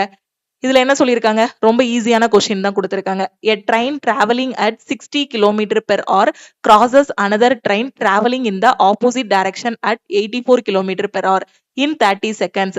What is the combined length of both the trains? ரொம்ப பேசிக்கான கொஸ்டின். ஒரு ட்ரெயின் இருக்கு. அது வந்து பாத்தீங்கன்னா 60 கிலோமீட்டர் பெர் ஹவர் வேகத்துல வந்துகிட்டு இருக்கு. இன்னொரு ட்ரெயின் பாத்தீங்கன்னா ஆப்போசிட் டைரக்ஷன்ல இது இப்படி பார்க்க போகுது, இது இப்படி பார்க்க வருது. ஓகே, இன்னொன்னு வந்து 84 கிலோமீட்டர் பெர் ஹவர் வேகத்துல வருது. ஓகே, அப்போ ஒரு ட்ரெயின் இன்னொரு ட்ரெயினை பாத்தீங்கன்னா 30 செகண்ட்ல வந்து கடந்து போயிருது. அப்ப ரெண்டு ரயிலோட கூட்டு நீளம் என்னன்னு கேட்டிருக்காங்க. ஓகே, ஒரு ட்ரெயின் இன்னொரு ட்ரெயினை கிராஸ் பண்ணுது அப்படின்னா அந்த இடத்துல டிஸ்டன்ஸ்ங்கிறது யாரு? இந்த ரெண்டு ட்ரெயினோட லென்த் தான் நம்ம வந்து என்ன சொல்லுவோம்? டிஸ்டன்ஸ்னு சொல்லுவோம். ஓகேவா? அப்போ நமக்கு speed equal to distance divided by டைம்னு தெரியும். நமக்கு கேட்டிருக்கிறது என்னது? டிஸ்டன்ஸ். அந்த இரண்டு ரயில்களோட நீளம் தான் கேட்டிருக்காங்க. Distance equal to speed into டைம்னு தெரியும். இங்க ரெண்டு ஸ்பீட் இருக்க மேடம், எந்த ஸ்பீடை எடுக்கணும்? என்ன சொல்லி கொடுத்திருக்கேன்? ரெண்டு ஸ்பீடு வருது அப்படின்னா அந்த ட்ரெயின் என்ன டைரக்ஷன்ல போகுதுன்னு பாருங்க. ரெண்டு பேருமே ஆப்போசிட் டைரக்ஷன், எதிரெதிர் திசையில போறாங்க. அப்போ ரிலேட்டிவ் ஸ்பீட் என்ன வரும்? ரெண்டு ட்ரெயின் வந்து சேம் டைரக்ஷன்ல போச்சு அப்படின்னா ரிலேட்டிவ் ஸ்பீடுங்கிறது ரெண்டு ட்ரெயினோட ஸ்பீடை வந்து டிஃபரன்ஸ் எடுக்கணும். ரெண்டு ட்ரெயின் வந்து ஆப்போசிட் டைரக்ஷன்ல போகுது அப்படின்னா ரிலேட்டிவ் ஸ்பீட்னா என்னது? ரெண்டையும் ஆட் பண்ணணும். ஆட் பண்ணா என்ன கிடைக்கும்? இதெல்லாம் பேசிக் கான்செப்ட். ஒரு ட்ரெயின் இன்னொரு ட்ரெயினை கடந்தா என்ன கான்செப்ட்? ஒரு ட்ரெயின் இன்னொரு ட்ரெயினுக்குள்ள இருக்க ஒரு பர்சனை கடந்தா அந்த இடத்துல லென்த் யாரு? ஒரு ட்ரெயின் பிளாட்ஃபார்மை கடக்குது, ஒரு ட்ரெயின் போல கிடக்குது. இந்த மாதிரி நிறைய கான்செப்ட் வரும் டைம் அண்ட் டிஸ்டன்ஸ்ல. எல்லாமே நாம வந்து பார்த்திருக்கோம். சோ பிகினர் வந்து ஃபர்ஸ்ட் என்ன பண்ணணும்னா அந்த பேசிக்ஸ் எல்லாத்தையும் தெளிவா படிச்சிடணும். படிச்சிட்டீங்கன்னா இந்த மாதிரி கொஸ்டின் எப்படி கேட்டாலும் அடிச்சிடலாம். ஓகே, அப்ப நமக்கு இங்க வந்து ரிலேட்டிவ் ஸ்பீட் என்ன கிடைக்கும்? இது 60 கிலோமீட்டர் பெர் இது பெர் அவர், இது 84 கிலோமீட்டர் பெர் அவர். ரெண்டு பேரும் ஆப்போசிட் டைரக்ஷன்ல போறாங்க. அப்ப 84 பிளஸ் 60 தான் உங்களுக்கு ரிலேட்டிவ் ஸ்பீடு. அப்ப 84 பிளஸ் 60 வந்து என்ன வரும்? 144. அப்போ 144 கிலோமீட்டர் பெர் அவர். நமக்கு டிஸ்டன்ஸ் எவ்வளவு? Speed into time. இங்க ஸ்பீட பாருங்க, கிலோமீட்டர் பெர் அவர்ல இருக்கு. டைம் வந்து எதுல இருக்கு? மீட்டர் பெர் செகண்ட்ல இருக்கு. அப்ப ரெண்டு வரையும் ஒரே வழிக்கு கொண்டு வரணும். ஓகேவா? அப்ப கிலோமீட்டர் பெர் அவரை நீங்க என்ன பண்ணணும்? மீட்டர் பெர் செகண்டா மாத்தணும். ஓகேவா? இத அவரா மாத்துறது கஷ்டம். 30 செகண்ட் அவரா மாத்தணும்னா பாயிண்ட்ல போய்கிட்டு இருக்கோம். அதனால சிம்பிளா கிலோமீட்டர் பெர் அவரை நீங்க என்ன பண்ணுங்க? மீட்டர் பெர் செகண்டா மாத்திருங்க. மாத்தினா என்ன பண்ணணும்? 5/80 மல்டிப்ளை பண்ணணும். இதுவும் கான்செப்ட் தான். கிலோமீட்டர் பெர் அவரை மீட்டர் பெர் செகண்டா மாத்தணும் அப்படின்னா 5/80 மல்டிப்ளை பண்ணணும். அதே மீட்டர் பெர் செகண்ட கிலோமீட்டர் பெர் அவரா மாத்தணும் அப்படின்னா என்ன கதை? 18/5 மல்டிப்ளை பண்ணணும். அப்ப இதை வந்து மீட்டர் பெர் செகண்டா மாத்தணும் அப்படின்னா உங்களுக்கு 144 இன்டு 5/18 கிடைக்கும். ஓகே, கட் பண்ணா என்ன வரும்? 8 டைம்ஸ் போகுமா? 18 8 144. ரொம்ப ஃபேமஸான நம்பர். ஓகே, அப்ப என்ன கிடைக்கும்? 40 மீட்டர் பெர் செகண்ட்னு கிடைச்சிரும். அப்ப ரிலேட்டிவ் ஸ்பீட் வந்து என்ன கிடைச்சிருது? 40 மீட்டர் பெர் செகண்ட்னு கிடைச்சிருது. இப்ப நமக்கு டிஸ்டன்ஸ் தான் தேவை. Distance equal to speed into time. Speed எவ்வளவு? 40. டைம் எவ்வளவு? 30 செகண்ட். அப்ப 40 இன்டு 30 1200 மீட்டர். ஓகேவா? டிஸ்டன்ஸ் வந்து எதுல போட்டிருக்கோம்? மீட்டர்ல. அப்ப 1200 மீட்டர் அப்படிங்கிறது ஆப்ஷன் சி. தெளிவா புரிஞ்சிருச்சா? அடுத்த கொஸ்டின் போயிருவோமா? ரொம்ப ரொம்ப சிம்பிளான கொஸ்டின் தான் கேட்டிருக்காங்க கிராஜுவேட் எக்ஸாம்ல. ஓகே, இந்த கொஸ்டின்ல பாருங்க. A boat can row 36 km downstream in the same time as it takes to row 24 km upstream. If the speed of the stream is 3 km per hour, what is the speed of the boat in still water? ஒரு படகு நீரோட்டத்தின் திசையில் 36 kilometre, நீரோட்டத்தின் திசை means down stream, 36 kilometre தூரத்தை கடக்க எடுத்துக்கொள்ளும் நேரமும், நீரோட்டத்தின் எதிர் திசையில் அப்ஸ்ட்ரீம்ல போறதுக்கு 24 கிலோமீட்டர் தூரத்தை கடக்கிறதுக்கு எடுத்துக்கொள்ளக்கூடிய நேரமும் சமம்னு சொல்லியிருக்காங்க. ஓகே, நீரோட்டத்தின் வேகம் வந்து 3 கிலோமீட்டர் பெர் ஆர் அப்படின்னா படகின் வேகம் என்ன, இதான் நாம கண்டுபிடிக்கணும். ஓகே, கொஸ்டின்ல என்ன சொல்லியிருக்காங்க, நமக்கு என்ன கொடுத்திருக்காங்க, நீரோட்டத்தின் வேகம் வந்து கொடுத்திருக்காங்க, ஸ்ட்ரீமோட ஸ்பீடு வந்து கொடுத்திருக்காங்க. நீரோட்டத்தின் வேகம் வந்து 3 கிலோமீட்டர்னு சொல்லியிருக்காங்க. நாம கண்டுபிடிக்க வேண்டியது போட்டோட ஸ்பீடு, படகின் வேகம் தான் நாம வந்து கண்டுபிடிக்கணும். ஓகே, சோ இப்போ நமக்கு டவுன் ஸ்ட்ரீம்ல எவ்வளவு தூரம் கடக்குறாங்க, டவுன் ஸ்ட்ரீம் போட்டுக்கோங்க, இங்க டவுன் ஸ்ட்ரீம் போட்டுக்கோங்க, இங்க அப் ஸ்ட்ரீம் போட்டுக்கோங்க. ஓகே, டவுன் ஸ்ட்ரீம்ல எவ்வளவு தூரம் கடக்குறாங்க, 36 கிலோமீட்டர் கடக்குறாங்க. ஓகே, டிஸ்டன்ஸ் டவுன் ஸ்ட்ரீம்ல கடக்கக்கூடிய தொலைவு 36 கிலோமீட்டர், அப் ஸ்ட்ரீம்ல கடக்கக்கூடிய தொலைவு எவ்வளவு, 24 கிலோமீட்டர். ரெண்டையும் கடக்கிறதுக்கு சேம் டைம் தான் ஆகுது. ஓகே, டவுன் ஸ்ட்ரீம்ல 36 கிலோமீட்டர் போறதுக்கும் அப் ஸ்ட்ரீம்ல 24 கிலோமீட்டர் போறதுக்கும் சேம் டைம் தான் ஆகுது. ஓகேவா? அப்ப இங்க ரெண்டு கதையிலையுமே இங்க 5 மணி நேரம் எடுத்துக்கிட்டா இங்கேயும் 5 மணி நேரம் தான், இங்க 4 மணி நேரம் தான், இங்கேயும் 4 மணி நேரம் தான். நமக்கு என்ன தெரியும், speed equal to distance divided by டைம்னு தெரியும். இந்த ரெண்டு கதையிலையும் பாருங்க, டவுன் ஸ்ட்ரீம் போறதுக்கும் சேம் டைம் தான், அப் ஸ்ட்ரீம் போறதுக்கும் சேம் டைம் தான். அப்ப டைம் வந்து நமக்கு கான்ஸ்டன்ட்னு தெரிஞ்சிடும். அப்ப டைம் கான்ஸ்டன்டா இருக்கு அப்படின்னா ஸ்பீடும் டிஸ்டன்ஸும் உங்களுக்கு என்னவா இருக்கும், டைரக்ட்லி ப்ரப்போர்ஷனலா இருக்கும். இந்த கான்செப்ட புரிஞ்சுக்கிட்டீங்களா? ஸ்பீடும் டிஸ்டன்ஸும் என்னவா இருக்கும், டைரக்ட்லி ப்ரப்போர்ஷனலா இருக்கும். அப்ப டிஸ்டன்ஸ் இத ரேஷியோவா கன்வெர்ட் பண்ணுங்க, 12 வாய்ப்பாடுல கட் பண்ணீங்க அப்படின்னா ரெண்டுக்கும் உள்ள ரேஷியோ என்ன வரும், டிஸ்டன்ஸோட ரேஷியோ 3 12 36, 2 12 24. டிஸ்டன்ஸோட ரேஷியோ வந்து 3:2 நமக்கு தெரியும். இங்க டைம் வந்து கான்ஸ்டன்டா இருக்கிறதுனால ஸ்பீடும் டிஸ்டன்ஸும் டைரக்ட்லி ப்ரப்போர்ஷனல், நேர்தகவு. அப்ப டிஸ்டன்ஸ் 3:2 ரேஷியோ அப்படின்னா ஸ்பீடும் என்னவா இருக்கும், 3:2ங்கிற ரேஷியோல தான் இருக்கும். தெளிவா புரியுதா? இதுதான் கான்செப்ட். கான்செப்ட புரிஞ்சுக்கணும். உட்கார்ந்து வளவளன்னு நம்ம ஸ்டெப் பை ஸ்டெப்பா எக்ஸாம்ல சால்வ் பண்ண வேண்டாம். நான் சொல்ற கதை புரியுதுல? ஃபர்ஸ்ட் டவுன் ஸ்ட்ரீம்ல அவன் கடக்கக்கூடிய தொலைவு 36, அப் ஸ்ட்ரீம்ல கடக்கக்கூடிய தொலைவு வந்து 24. ரெண்டுலயும் கடக்கிற டைம் வந்து சேம்னு சொல்லிட்டான். அப்ப ரெண்டு டைமும் சேம்னா டைம் வந்து கான்ஸ்டன்ட். அப்ப speed directly proportional to distance. Okay, அப்ப டிஸ்டன்ஸுக்கு நான் ரேஷியோ எடுத்தேன்னா 3:2. அப்போ ஸ்பீடோட ரேஷியோவும் எனக்கு என்னவா இருக்கும், 3:2 தான் இருக்கும். இதுவரை புரிஞ்சிருச்சா? அடுத்த வரியை ரீட் பண்ணுங்க. நீரோட்டத்தின் வேகம் வந்து 3 கிலோமீட்டர் பெர் ஆர்னு சொல்லியிருக்காங்க. ஸ்ட்ரீமோட ஸ்பீடு வந்து 3 கிலோமீட்டர் பெர் ஆர். இப்போ போட்டோட ஸ்பீடு வந்து நாம கண்டுபிடிக்கணும். நமக்கு என்ன தெரியும், போட்டோட ஸ்பீடுங்கிறது உங்களுக்கு என்ன தெரியும், downstream speed plus up stream speed divided by 2. அதே ஸ்ட்ரீமோட ஸ்பீடுனா என்ன தெரியும், downstream speed minus upstream speed divided by 2 தெரியும். இதுதானே நமக்கு தெரிஞ்ச ஃபார்முலா. போட்ஸ் அண்ட் ஸ்ட்ரீம்ல ஆல் இன் ஒன் கோர்ஸ்ல சொல்லி கொடுத்திருக்கேன். போட்டோட ஸ்பீடு கண்டுபிடிக்கிறதுனா down stream plus up stream speed divided by 2. இது எஸ்னா downstream minus upstream divided by 2. ஓகேவா? ஸ்ட்ரீமோடதுனா இப்போ நமக்கு வந்து போட்டோட ஸ்பீடு. சோ நமக்கு என்ன தெரியும், போட்டோட ஸ்பீடுக்கு வந்து டவுன் ஸ்ட்ரீம் பிளஸ் அப் ஸ்ட்ரீம். ஓகேவா? சோ நமக்கு இங்க டவுன் ஸ்ட்ரீம் ஸ்பீடு வந்து எவ்வளவு, 3 பார்ட். அப்ஸ்ட்ரீம் ஸ்பீட் எவ்வளவு, 2 பார்ட். ஓகே, அந்த பார்ட்டை வச்சே பண்ணுங்க. அப்போ 3 + 2 எவ்வளவு, 5. 5/2 கிடைக்குமா? ஓகே, அப்போ போட்டோட ஸ்பீடு வந்து உங்களுக்கு என்ன கிடைக்கும், 5/2 கிடைக்கும். ஸ்ட்ரீமோடது எவ்வளவு, d - u. ஓகேவா? அப்போ downstream minus upstream. அப்போ downstream speed 3, upstream speed 2 பங்கு. 3 - 2 வந்து என்னது, 1ன்னு கிடைக்கும். ஓகே, அப்ப இது வந்து என்னது, 1/2 கிடைக்கும். ஸ்ட்ரீமோடது வந்து உங்களுக்கு என்ன கிடைக்கும், 1/2 கிடைக்கும். அப்ப இது போட்டோட ஸ்பீடு, இது ஸ்ட்ரீமோட ஸ்பீடு. அப்ப ரெண்டையும் ரேஷியோல பார்த்தோம் அப்படின்னா நமக்கு என்ன கிடைக்கும், 2 கட் ஆகிரும். அப்போ போட்டோட ஸ்பீடு ஸ்ட்ரீமோட ஸ்பீடு நமக்கு என்ன ரேஷியோல கிடைக்கும், 5:1ன்னு கிடைக்குமா? ஓகே, கொஸ்டினுக்கு வாங்க. ஸ்ட்ரீமோட ஸ்பீடு எவ்வளவு கொடுத்திருக்காங்க, 3 கிலோமீட்டர்னு சொல்லியிருக்காங்க. ஸ்ட்ரீமோட ஸ்பீடு நம்ம பங்குல என்ன கண்டுபிடிச்சோம், 1 பார்ட்னு கண்டுபிடிச்சோம். ஓகே, அப்போ 1 பார்ட். ஓகே, அப்போ 1 பார்ட் எதுக்கு ஈக்குவல், 3 கிலோமீட்டருக்கு ஈக்குவல். அதானே ஸ்ட்ரீமோட ஸ்பீடு வந்து இங்க என்ன சொன்னோம், 1 பார்ட்னு கொண்டு வந்திருக்கோம். புரியுதா? நம்ம அப்படி ரேஷியோலே சம்ம முடிக்கிறோம். உங்களுக்கு தெளிவா புரியுதா? ஃபார்முலாலாம் ரொம்ப திங்க் பண்ணல, ரொம்ப கால்குலேஷனுக்குள்ள எல்லாம் போகல. அப்படியே ரேஷியோவா வச்சே முடிச்சு விடுதோம். இங்க டிஸ்டன்ஸ வச்சோம். டிஸ்டன்ஸோட ரேஷியோ எதுக்கு சொன்னோம்? ஸ்பீடும் அதுதான் சொன்னோம். அப்படிதானே? ஏன்னா டைம் வந்து என்னது சேம். அப்போ ஸ்பீடோட ரேஷியோவும் 3:2 தான். அடுத்து ஒரு சின்ன கான்செப்டை ஃபாலோ பண்ணோம். போட்டோட ஸ்பீடுக்கு d plus u divided by 2, ஸ்ட்ரீமோடதுனா d minus u divided by 2 தெரியும். எனக்கு dயும் இருக்கு uவும் இருக்கு. இதை வச்சு ஒரு ரேஷியோ கொண்டு வந்தேன். போட்டோட ஸ்பீடு ஸ்ட்ரீமோட ஸ்பீடு 5:1 ரேஷியோல கிடைக்கி. ஸ்ட்ரீமோட ஸ்பீடு கொஸ்டின்லேயே சொல்லிட்டாங்க 3 km/h சொல்லிட்டாங்க. ஓகே, 3 km/h கொஸ்டின்லேயே சொல்லிட்டாங்க. இங்க பார்ட்ல 1ன்னு தெரியும். அப்போ 1 பார்ட் வந்து 3 km/h. ஓகே, அப்போ போட்டோட ஸ்பீட் எவ்வளவு? 5 பார்ட். 1 பார்ட் 3 km/h, 5 பார்ட் எவ்வளவு?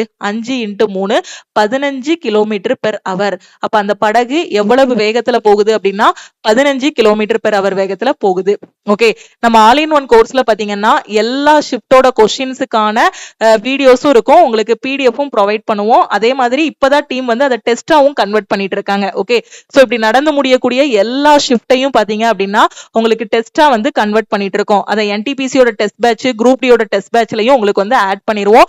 சோ பிராக்டிஸ் பண்றதுக்கா இருக்கட்டும், டெஸ்ட் எடுக்கிறதா இருக்கட்டும், இது ரொம்பவே யூஸ்ஃபுல்லா இருக்கும். ஓகேவா?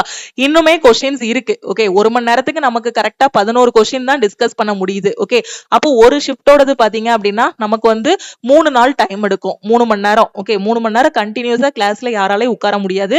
அதனால இந்த 1 ஹவரோட இந்த கிளாஸை வந்து கம்ப்ளீட் பண்ணிடலாம். அடுத்த கிளாஸ்ல ரிமைனிங் இருக்கக்கூடிய கொஸ்டின்ஸ் எல்லாமே நம்ம டிஸ்கஸ் பண்ணலாம். சோ இந்த கிளாஸஸ் வந்து உங்களுக்கு ரொம்பவே இன்ட்ரெஸ்டிங்கா அப்படி போயிருக்கும்னு நினைக்கிறேன். கண்டிப்பா மறக்காம லைக் பண்ணுங்க. டவுட்ஸ் ஏதாவது இருக்கு அப்படின்னா கமெண்ட் பண்ணுங்க. உங்க ஃப்ரெண்ட்ஸும் ரயில்வே எஸ்எஸ்சி படிச்சிட்டு இருக்காங்க. எங்க இருந்து படிக்கணும், எப்படி படிக்கணும்னு தெரியாம இருக்கிறாங்க, பேசிக்ஸ்ல இருந்து ஆரம்பிக்க தெரியல, கையில எந்த மெட்டீரியலுமே இல்ல அப்படின்னா நம்ம ஆப்ல இருக்கக்கூடிய ஆல் இன் ஒன் கோர்ஸ் பத்தின இன்ஃபர்மேஷனை அவங்களுக்கும் ஷேர் பண்ணுங்க. கொஞ்சம் உட்கார்ந்து படிச்சாதான் நம்ம ஃபாலோ பண்ண முடியும். டெய்லி 1 மணி நேரம் கிளாஸ் இருக்கதா செய்யும். சோ அதனால கையில ஒரு நோட் வச்சுக்கோங்க. நோட்ஸ் எடுத்துட்டே வாங்க. மேம் இது எல்லா டாபிக்கும் மிக்சடா வருது மேம், எனக்கு வந்து டாபிக் வைஸா எல்லாமே வேணும், வீக்லி பிளான் எல்லாமே வேணுங்கிற ஸ்டூடெண்ட் உங்களுக்கு பெஸ்ட் சாய்ஸ் எது அப்படின்னு பாத்தீங்கன்னா ஆல் இன் ஒன் கோர்ஸ் தான். மேக்ஸ், ரீசனிங், சயின்ஸ், ஜெனரல் அவேர்னஸ்னு எல்லா சப்ஜெக்ட்டுமே உங்களுக்கு வந்து இதுல கவர் பண்ணிடுவோம். தமிழ் அண்ட் இங்கிலீஷ்ல கிளாஸஸ் வந்து கொடுத்துருப்போம். எந்த டைம்னாலும் கிளாஸஸ் அட்டன் பண்ணிக்கலாம். Weekly plan, weekly test, A to Z எல்லாமே இதுல கவர் பண்ணிடுவோம். இந்த கிளாஸஸ்ல நான் ஜாயின் பண்ணணுங்கிற ஸ்டூடெண்ட் இந்த நம்பரை லக்ஷ்மி மேக்ஸ்ன்னு சேவ் பண்ணிட்டு இந்த நம்பருக்கு ஐ வாண்ட் ஆல் இன் ஒன்னு மெசேஜ் பண்ணுங்க. இந்த கோர்ஸோட ஃபீஸ் வந்து 1,999. நீங்க பே பண்ணக்கூடிய ஃபீஸ் வந்து எந்த இடத்துலயுமே உங்களுக்கு வந்து வேஸ்ட் ஆகாது. ஏன்னா 1,999க்கு மேலேயே இதுல வந்து மெட்டீரியல்ஸ், கிளாஸஸ் எல்லாமே கொடுத்துருக்கோம். ஸ்டூடெண்ட்ஸுக்கு பயனுள்ள வகையில இருக்கணும் அப்படிங்கிறதுக்காக தான். கண்டென்ட் எல்லாமே பாத்தீங்கன்னா ரொம்ப பெர்ஃபெக்டா இருக்கும். ஒரு ஆஃப்லைன் கிளாஸ்லாம் நீங்க போக வேண்டிய அவசியமே கிடையாது. உங்க கையில ஒரு மொபைல் போன் மட்டும் இருந்தா போதும். மொபைல் போனோ லேப்டாப்போ எது வச்சிருந்தாலும் சரி, கரெக்டா கொடுக்குற கிளாஸஸை ஃபாலோ பண்ணிட்டு வரணும். வீக்லி டெஸ்ட் கொடுத்துருப்போம். ஃபாலோ பண்ணிட்டு வந்தீங்க அப்படின்னா எக்ஸாமை ஃபர்ஸ்ட் அட்டெம்ப்ட்ல கிளியர் பண்ணிடலாம். தெளிவா எல்லாமே எக்ஸ்பிளைன் பண்ணிருப்போம். ஓகே, முடிஞ்ச அளவுக்கு நம்ம தமிழ் ஸ்டூடெண்ட்ஸ் நிறைய பேருக்கு வந்து நம்ம ஆல் இன் ஒன் கோர்ஸ் பத்தின இன்ஃபர்மேஷனை ஷேர் பண்ணுங்க.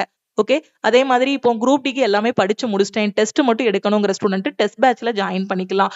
குரூப் டியோட டெஸ்ட், என்டிபிசியோட டெஸ்ட்னு எந்த டெஸ்ட் பேட்ச்ல நீங்க ஜாயின் பண்ணாலும் 499 மட்டும் பே பண்ணிட்டீங்கன்னா லைஃப் டைம் வேலிடிட்டி இருக்கும். அதே மாதிரி கரண்ட் அஃபேருக்கான PDF plus test course. Current அஃபேர்ல ரொம்ப வீக்கா இருக்கேன், கரண்ட் அஃபேர் வந்து டெய்லி பேசிஸ்ல படிக்கணும், நியூஸ் பேப்பர் எதுவுமே என்னால ரெஃபர் பண்ண முடியாது, எல்லா கரண்ட் அஃபேருமே ஒரே இடத்துல வேணும்னு நினைச்சீங்கன்னா சிஏ பிடிஎஃப் பிளஸ் டெஸ்ட் கோர்ஸ்ல ஜாயின் பண்ணிக்கோங்க. 799 தான். இதுவும் ஒரு டைம் பே பண்ணிட்டீங்கன்னா லைஃப் டைம் அக்சஸ் இருக்கும் கரண்ட் அஃபேருக்கு. ஓகே, வேற எதுவும் டவுட் இருக்குன்னா இந்த நம்பருக்கு வாட்ஸ்அப்ல மெசேஜ் பண்ணுங்க. திருப்பியும் நம்ம நெக்ஸ்ட் கிளாஸ்ல மீட் பண்ணலாம். இந்த வீடியோவோட லிங்கை உங்க ஃப்ரெண்ட்ஸுக்கும் ஷேர் பண்ணுங்க. Okay, thank you.